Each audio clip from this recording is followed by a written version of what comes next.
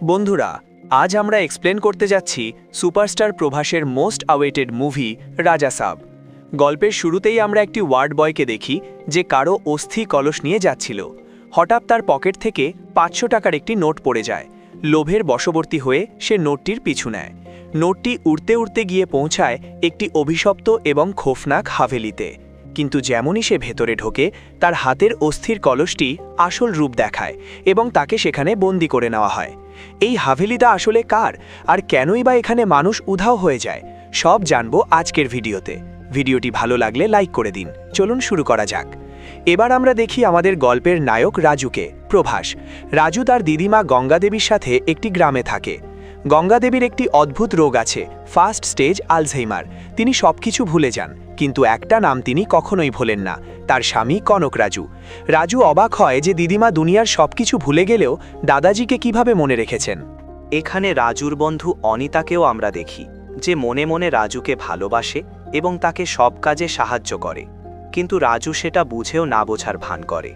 একদিন গঙ্গা দেবী রাজুকে বলেন যে তারা আসলে কোনো সাধারণ পরিবার নয়, তারা রাজকীয় বংশের মানুষ। রাজু প্রথমে এটাকে দিদিমার কল্পনা বলে উড়িয়ে দেয়, কিন্তু একদিন রাজুর এক বন্ধু শহর থেকে ফিরে একটি ছবি দেখায়, যেখানে রাজুর দাদাজি অর্থাৎ কনক রাজুকে দেখা যাচ্ছে। রাজু ঠিক করে সে তার দাদাজিকে খুঁজে বের করবেই। দাদাজিকে খুঁজতে রাজুর দরকার 5 লাখ টাকা। সে অনিতার সাহায্য নেয় এবং টাকা নিয়ে হায়দ্রাবাদে রওনা দেয়। হায়দ্রাবাদে এসে রাজুর দেখা হয় বেসি নামে এক মেয়ের সাথে। বেসিকে দেখেই রাজু প্রেমে পড়ে যায়। সে বেসির পিছু পিছু গির্জায় যায়। সেখানে সে জানতে পারে একটি বাচ্চার হার্টে ফুটো আছে এবং তার অপারেশনের জন্য ফান্ডের দরকার। রাজুর মন গলে যায় এবং সে দাদাজিকে খোঁজার জন্য আনা 5 লাখ টাকার মধ্যে 3 লাখ টাকা ওই বাচ্চার চিকিৎসার জন্য দান করে দেয়। বেসি রাজুর এই উদারতা দেখে তাকে পছন্দ করতে শুরু করে, কিন্তু সমস্যা হলো বেসি খুব শীঘ্রই নান হতে চলেছে। এরই মাঝে একদিন বেসি রাজুকে ফোন করে এক অদ্ভুত কথা বলে। সে বলে, তোমার দাদাজি আমার টাকা লুট করেছে। রাজু অবাক হয়ে যায়। ফ্ল্যাশব্যাকে দেখা যায় কনক রাজু আসলে এক মায়াবী শক্তির অধিকারী এবং সে বেসিকে সম্মোহিত করে টাকা নিয়ে পালিয়ে গেছে। রাজু তার দিদিমাকে ফোন করলে তিনি সাফ জানিয়ে দেন যে কনক রাজু এমন কাজ পথেই ভাবেন না। তিনি তো গঙ্গা রাজু নামের এক লোকের হাত থেকে মহলের সোনা বাঁচাতে গিয়ে নিখোঁজ হয়েছিলেন। গল্পের মোড় ঘোরে যখন রাজুর সাথে দেখা হয় গঙ্গা রাজু এবং তার নাতনি ভৈরবীর। ভৈরবী রাজুকে 1 কোটি টাকা দিতে চায়, কিন্তু শর্ত একটাই, টাকাটা সে সরাসরি কনক রাজুর হাতেই দেবে। গঙ্গা রাজু এবার রাজুকে আসল ইতিহাস শোনায়। গঙ্গা দেবী আসলে দেবনগরের মহারানী ছিলেন। একদিন তার মহলে এক ভিখারি আসে, যার নাম ছিল কনক রাজু। সে রানীর হাত ধরলে সৈনিকরা তাকে খুব মারে। অপমানিত কনক রাজু প্রতিশোধ নিতে বৈরাগী নামের এক শয়তানের কাছে যায় এবং মায়াবী বিদ্যা শেখে। সে নিজের হাত বলে দিয়ে অশুভ শক্তি অর্জন করে। এরপর সে ফিরে এসে রানী গঙ্গা দেবীকে সম্মোহিত করে বিয়ে করে এবং মহলের সব হিরে জহরত নিয়ে পালিয়ে যায়। সব দোষ চাপে গঙ্গা রাজুর ওপর। এরপর থেকেই গঙ্গা দেবী নিঃস্ব হয়ে সাধারণ জীবন যাপন করছিলেন।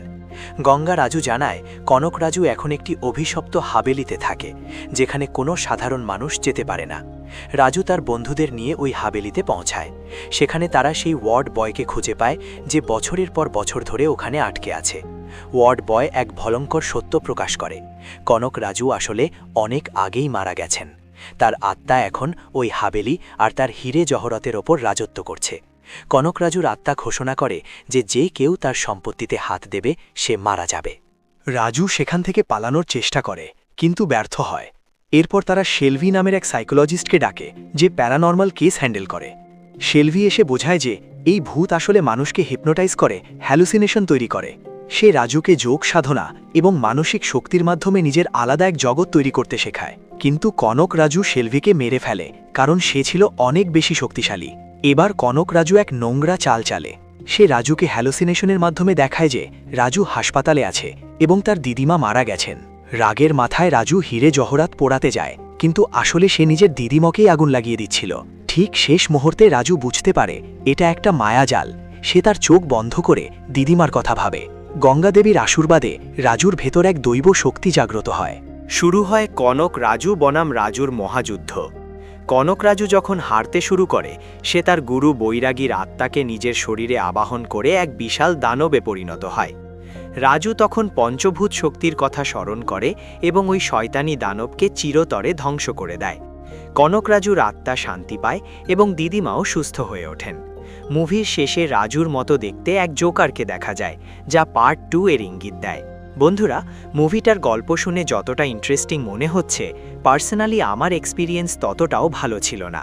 প্রভাসের মতো একজন সুপারস্টার কেন এমন দুর্বল স্ক্রিন প্লে আর কার্টুন মার্কা ভিএফএক্সের মুভি করলেন, সেটা আমার মাথায় আসছে না। আপনাদের এই মুভিটি কেমন লেগেছে কমেন্টে অবশ্যই জানাবেন। প্রভাসের স্পিরিট মুভিটার জন্য এখন আমরা অধীর আগ্রহে অপেক্ষা করছি। ভিডিওটি ভালো লাগলে বন্ধুদের সাথে শেয়ার করুন। ধন্যবাদ।